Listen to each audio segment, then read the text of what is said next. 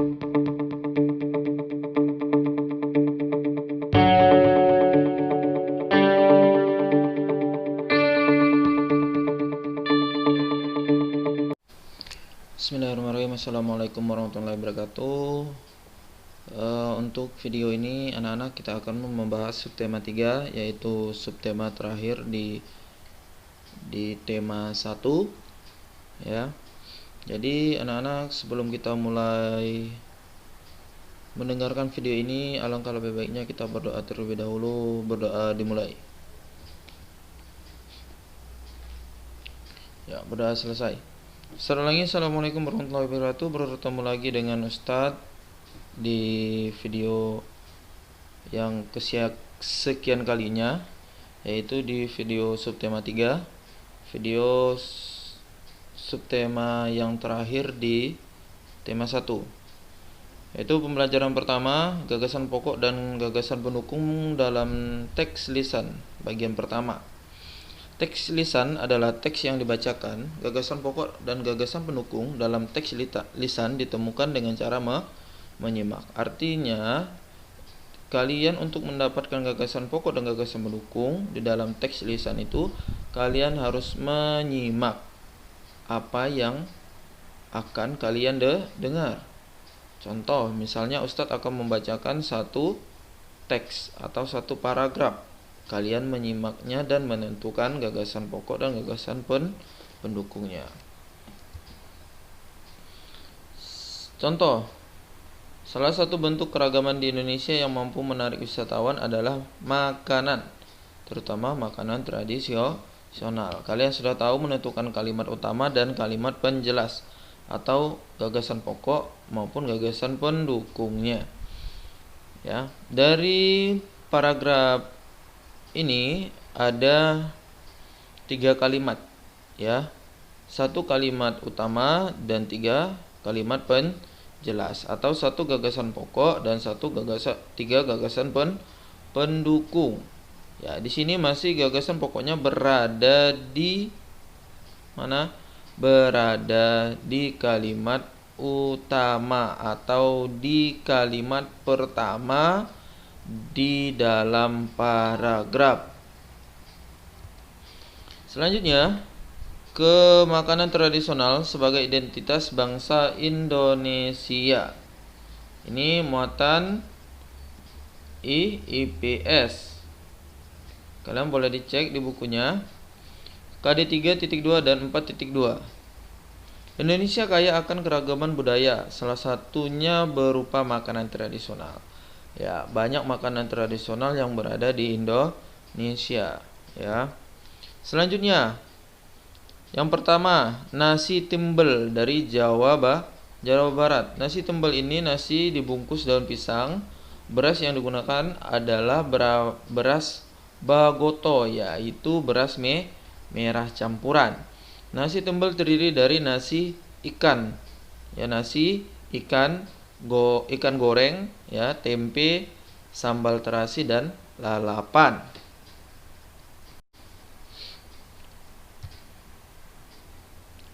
Yang kedua, nasi jinggo. Ya, nasi jinggo ini dari Bali. Nasi pulen yang dibungkus daun pisang dengan porsi kecil. Yang selanjutnya dilengkapi dengan mie goreng dan suiran ayam pedas. Yang ketiga, papeda dari Papua. Papeda terbuat dari bubur sagu. Papeda memiliki rasa tawar, disajikan dengan tongkol atau mubara kuah kuning. Yang keempat, bubur Manado. Kalian sudah tahu kalau Manado itu berasal dari Sulawesi Utara. Bubur putih yang berisi campuran jagung manis, labu, kangkung, bayam, dan kaldu ayam. Bubur Manado juga dapat disajikan dengan suiran ikan cakalang goreng. Selanjutnya, yaitu di muatan IPA KD 3.6 dan 4.6. Pantulan dan penyerapan bunyi. Bunyi dapat dipantulkan jika mengenai benda keras, seperti kaca, dinding, dan logam. Ustadz ulangi, bunyi dapat dipantulkan jika mengenai benda keras, seperti kaca, ya, dinding, logam, kayu, beton, batu, aluminium, besi, dan lain-lain, ya. Dinding yang terbuat dari susunan batu bata dan semen dapat memantulkan bunyi, ya. Bunyi dapat dipantulkan oleh benda-benda keras. Intinya seperti itu. Selanjutnya, bunyi dapat diserap jika mengenai benda lunak seperti karpet, karet, busa, dan kertas. Ya, contoh, lantai dan dinding ruang pertemuan dilapisi karpet. Tujuannya untuk meredam bunyi. Suara dari dalam ruangan menjadi tidak bising atau terdengar hingga keluar ruangan. Jadi fungsi benda lunak untuk menyerap bunyi ini agar tidak terdengar keluar ruangan. Contoh pada bioskop, ya, kalian yang pernah nonton di bioskop itu pasti melihat dinding-dinding bioskop itu menggunakan karpet, ya. Pembelajaran 2, muatan PPKN KD 3.4 dan 4.4, kerjasama dalam diskusi. Ya, kalian sudah tahu diskusi itu seperti apa. Diskusi adalah pertemuan beberapa orang untuk bertukar pendapat mengenai suatu hal. Diskusi merupakan salah satu bentuk kerjasama. Yang pertama, dalam berdiskusi kita harus menghormati pendapat orang lain. Setiap pendapat memiliki kelebihan dan kurangan.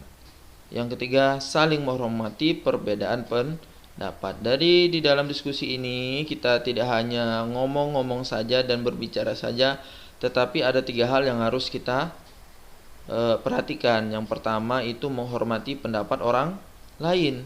Karena setiap pendapat maupun pendapat orang lain, pendapat kita itu memiliki kelebihan dan kekurangan, ya.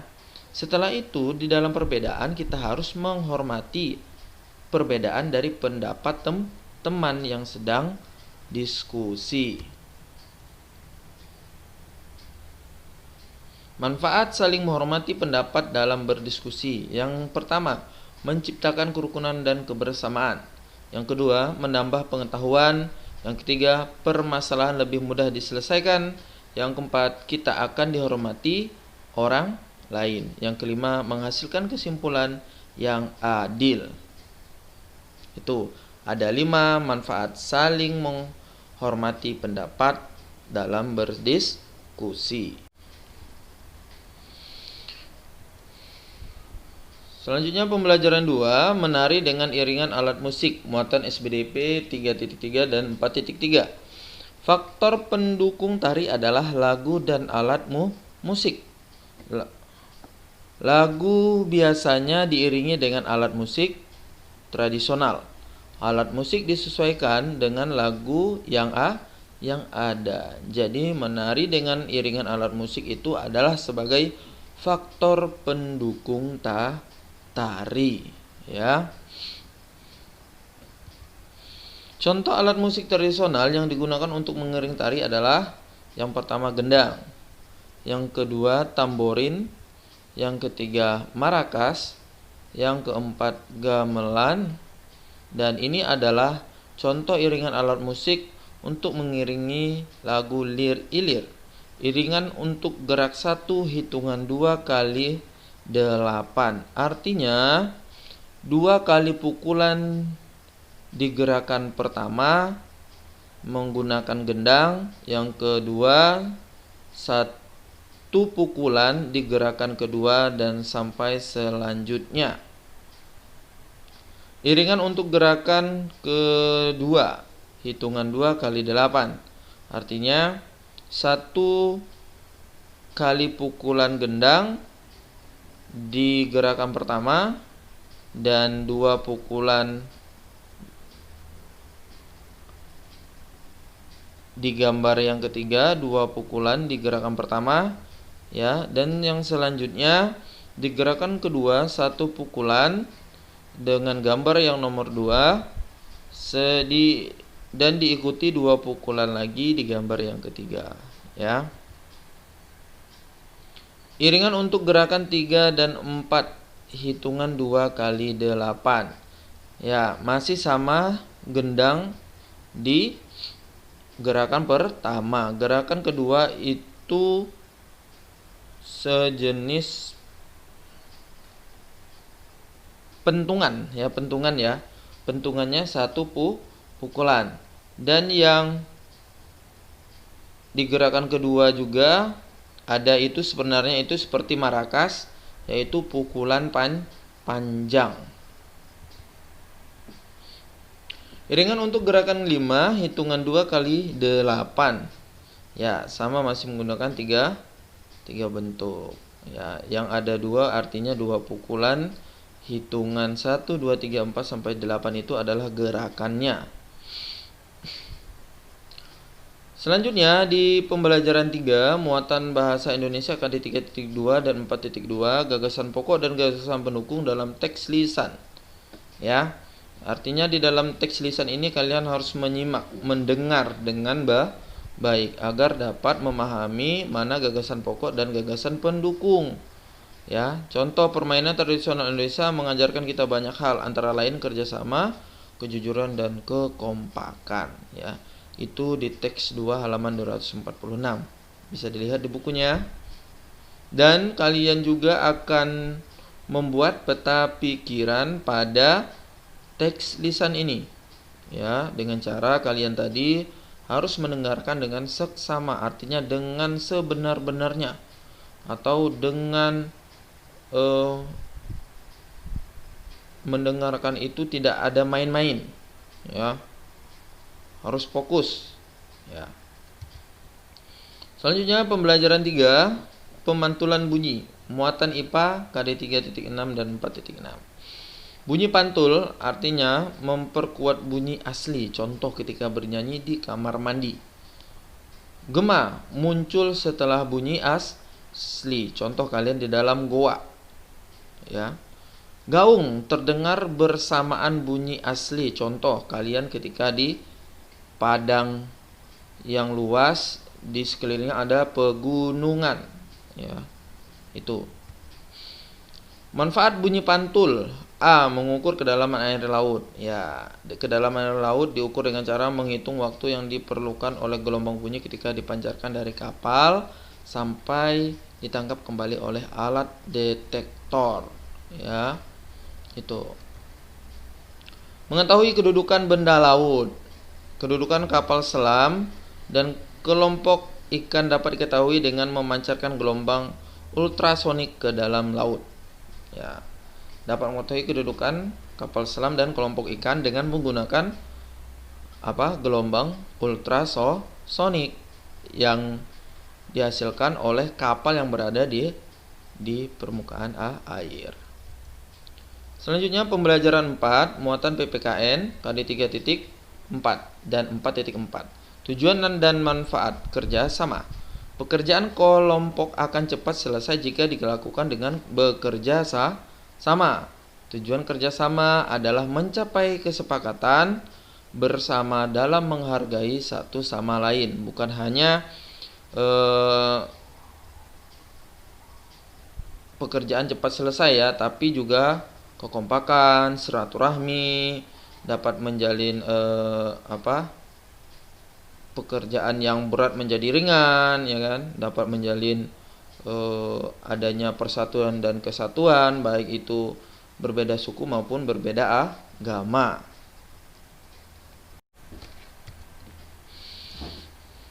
Masih muatan PPKN, manfaat kerjasama.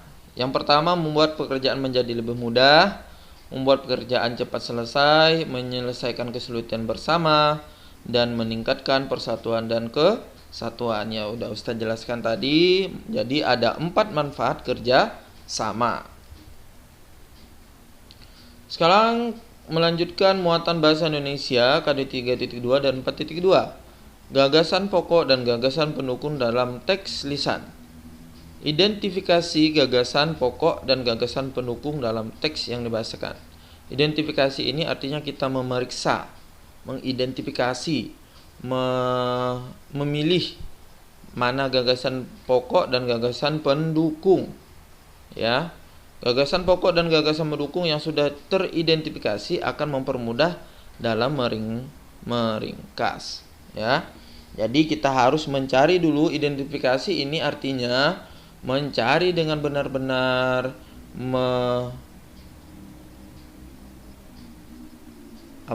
melihat, membaca. Kalau karena di dalam teks lisan kita ini hanya mendengar, yaitu kalian harus disuruh mendengar dengan baik. Setelah itu kalian bisa catat di buku kecil saat kalian mendengar apa yang Ustadz bacakan misalnya, baru kalian identifikasi, baru kalian periksa, kalian cari mana gagasan pokok dan gagasan pendukungnya. Selanjutnya pembelajaran 5, muatan SBDP KD 3.3 dan 4.3. Hal-hal yang harus diperhatikan saat pementasan tari. Yang pertama, pementasan tari. Pementasan adalah kegiatan menampilkan suatu karya seni yang bertujuan untuk menghibur penonton. Ya. Kita pementasan tari ini yang pertama adalah untuk menghibur penonton. Hal-hal yang perlu diperhatikan sebelum mementaskan tari. Yang pertama, gerakan-gerakan dasar tari harus dihafalkan dengan baik. Kalau kelengkapan tari dipersiapkan dengan cermat, misal kostum, ya, dan alat-alat yang diperlukan untuk menari. Istilahnya alat-alat pendukungnya, ya. Hanya perlu diperhatikan saat mementaskan tari. Yang pertama, gerakan dan teknik menari itu ada 4. Semua gerakan saat menari harus sesuai dengan ketentuan tarian. B. Sikap tubuh sesuai dengan tarian yang dibawakan. C. Gerakan yang dibawakan sesuai dengan irama. D. Gerakan yang dibawakan sesuai dengan tempo tarian sehingga tarian yang ditampilkan harmoni.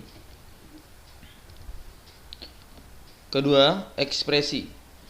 Tunjukkan penjiwaan yang sesuai dengan tarian. Pesan dan tarian dapat dipahami oleh penonton. Jadi ekspresi ini sesuai tarian yang kita bawakan atau tema tarian yang kita bawakan. Contoh, kalau tema tariannya adalah tentang peperangan, jadi ekspresi muka kita harus bersemangat. Ya, di dalam peperangan itu harus semangat. Selanjutnya, muatan IPS KD 3.2 dan 4.2, pembelajaran 5. Bentuk-bentuk keragaman daerah asal. Keragaman tari dari setiap daerah meliputi suku bangsa, bahasa daerah, rumah adat, pakaian tradisional, alat musik, dan agama. Contoh keragaman daerah asal: Jawa Tengah. Bahasa daerah, bahasa Jawa, ya. Contoh Jawa Tengah itu pembagian administratifnya, kalau yang berwarna merah muda ini adalah kota, yang hijau ini adalah kabupaten, dan yang ungu ini adalah ibu kota kabupaten. Yang pertama, rumah adat joglo, ya. Senjata tradisional keris, alat musik tradisional gamelan. Dan yang selanjutnya adalah muatan PPKN KD 3.4 dan 4.4. Keragaman permainan tradisional di Indonesia. Indonesia kaya akan keragaman permainan tradisional. Permainan tradisional ada yang dimainkan perorangan dan ada juga dimainkan dengan kelompok. Contoh permainan tradisional perorangan yaitu engklek, ya, yang sering kalian mainkan di halaman sekolah. Dan yang kedua, egrang. Yang ketiga, gasing. Dan yang keempat, layang-layang. Permainan tradisional berkelompok, contohnya bentengan, ya, main bentengan ini. Yang kedua, ular naga. Dalam permainan kelompok harus bekerja sama agar dapat memenangkan permainan. Ya, bukan hanya menang dalam permainan, tapi harus ada kekompakan. Jadi setiap kelompok itu harus kompak agar mencapai tujuan bersama-sama, yaitu untuk memenangkan permainan. Manfaat memainkan permainan tradisional. Pertama, melestarikan budaya bangsa Indonesia. Yang kedua, berolahraga sambil bermain. Berolahraga menyehatkan tubuh dan bermain membuat hati gembira. Ketiga, melatih kesabaran, misalnya bermain secara bergantian. 4. Melatih bekerja sama saat bermain secara berkelompok. Yang kelima, bersikap sportif, yaitu lapang dada saat kalah bermain, tidak sombong saat menang dalam bermain, dan tidak bermain curang. Pembelajaran 6 yaitu muatan bahasa Indonesia KD 3.1 dan 4.1. Membuat ringkasan dari teks lisan. Ringkasan adalah penyajian singkat dari sebuah teks dengan tetap mempertahankan urutan isi teks. Ringkasan berisi uraian singkat tentang isi teks. Ringkasan ditulis berdasarkan peta pikiran yang berisi gagasan pokok dan gagasan pendukung. Jadi sebelum membuat ringkasan teks, kita harus membuat terlebih dahulu peta pikiran terlebih dahulu ya. Sebelum membuat ringkasan dari teks lisan, kalian harus membuat peta pikiran yang kalian akan memberi gagasan pokok dan gagasan pendukungnya. Setelah itu barulah kita bisa membuat ringkasan. Belajar memahami perbedaan melalui teks ya. Belajar memahami perbedaan melalui teks artinya ringkasan adalah penyajian singkat dari sebuah teks dengan tetap mempertahankan urutan isi teks. Ringkasan berisi uraian singkat tentang isi teks. Ringkasan ditulis berdasarkan peta pikiran yang berisi gagasan pokok dan gagasan pendukung dalam teks lisan. Jadi kalian akan mencatat informasi penting berkaitan dengan teks tersebut, yaitu di teks 4 di halaman 247 nantinya, yaitu akan Ustadz jelaskan kembali pada saat kita tatap muka. Cukup sekian yang Ustadz sampaikan pada hari ini. Mudah-mudahan apa yang kalian dengar, apa yang kalian lihat pada video ini membuat kalian bisa mengerti, dan ketika tidak mengerti tolong ditanyakan pada tatap muka kita minggu depan. Sekian dari Ustadz, terima kasih. Yang baiknya dari Allah Subhanahu wa taala, khilaf dari Ustadz sendiri. Ustadz akhiri wabillahi taufiq wal hidayah. Assalamualaikum warahmatullahi wabarakatuh.